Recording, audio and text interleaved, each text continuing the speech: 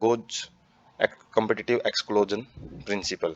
तो ये क्या बोलता है कि जब two closely related species competing for same resources can not coexist independently. तो इन्होंने क्या बताया था कि दो स्पीसीज हैं, यदि सेम रिसोर्सेज के लिए उनके बीच में कंपटीशन है, एक ही चीज के लिए वो लड़ झगड़ रहे हैं, तो वो दोनों तो एक साथ नहीं रह सकते।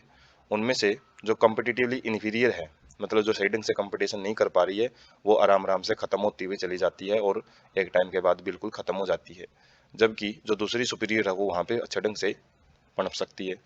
मे be true if resources are limiting but not otherwise. तो इसकी कंडीशन क्या दी उन्होंने कि जब रिसोर्सेज लिमिटिंग हो, लिमिटिंग का मतलब फिक्स होने चाहिए, ये नहीं कि अनलिमिटेड रिसोर्स हो। अनलिमिटेड हो तो किसी को कोई प्रॉब्लम ही नहीं है, अपना अपना खाना खाते रहेंगे। लेकिन जब रिसोर्सेज एक ही चीज के लिए वो लड़ झगड़ रहे हैं, उस केस में ही ये जो एक्सक्लूजन प्रिंसिपल है ये काम करता है। मैकेनिज्म इवोल्व्ड फॉर को एग्जिस्टेंस रादर देन एक्सक्लूजन। वैसे पाया जाता है कि जो एक्सक्लूजन प्रिंसिपल है ये थ्योरेटिकल तो सही है, लेकिन ज़्यादातर ये नेचर में देखने को नहीं मिलता है, क्योंकि जो अलग अलग जो स्पीसीज हैं वो एक ही रिसोर्स के लिए कंपटीशन कर रही है, तो उनके बीच में अलग अलग अडेप्टेशन पाया जाता है। जैसे रिसोर्स पार्सनिंग पाया जाता है। रिसोर्स पार्सनिंग का मतलब है जैसे एक पेड़ पे अलग अलग जीव, जैसे एग्जाम्पल भी देखेंगे, तो वो अपनी जगह बांट लेते हैं। भाई आपको इस जगह पे खाना है, ठीक है, वो choosing by choosing for instance different times of feeding और डिफरेंट फॉरएगिंग पैटर्न। तो उनका जो खाने का टाइम है, कुछ रात को खाना खाते हैं और कुछ दिन में खाना खाएंगे, तो वो डायरेक्ट कंपटीशन से बचने के लिए अपनी फीडिंग टाइम उसमें चेंज कर लेंगे। या फिर फोरैगिंग पैटर्न का मतलब उनका शिकार करने का जो तरीका है उसको वो चेंज कर सकते हैं, मतलब किस चीज के ऊपर वो शिकार करके खा रहे हैं, तो वो भी वो चेंज कर सकते हैं पार्सनिंग के द्वारा। रिसोर्स पार्सनिंग मतलब बंटवारा करके रहना। मैक अर्थर सोड। तो मैक अर्थर ने एक फील्ड एक्सपेरिमेंट किया था, ये भी एक प्रैक्टिकल एक्सपेरिमेंट था, जिसमें उन्होंने 5 closely related species of warblers living on same tree.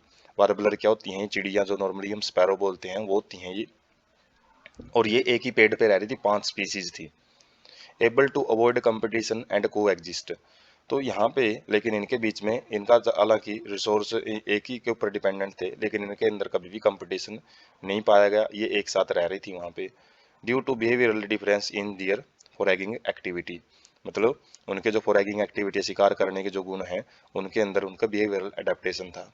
तो हम पिक से देखेंगे सबसे पहले एक्सक्लूजन प्रिंसिपल। इसमें क्या बोला गया है, मान लो कोई भी स्पीसीज एक जगह पे अच्छे ढंग से फल फूल रही है, सारे कीड़ों को वो अकेली खा रही है, लेकिन जैसे ही रेड कलर की वहाँ पे एक सुपीरियर स्पीसीज आ रही है बर्ड्स की, तो उसकी वजह से जो येलो वाले हैं वो क्या हो जाते हैं, कम होना स्टार्ट हो जाते हैं, और एक टाइम पे जो रेड वाले हैं वो अपनी संख्या बढ़ा लेते हैं, जिसे आराम आराम से येलो वाले हैं वो कम होते चले जाएंगे।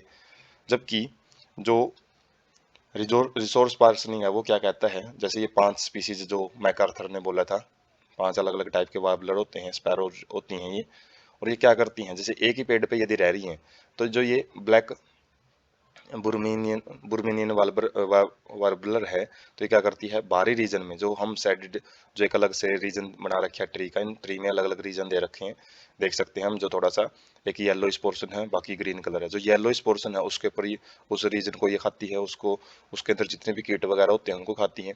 जबकि जो ब्लैक थ्रोटेड है ग्रीन वार्बलर, ये कहाँ पे रहती है, मिडल से में रहेगी।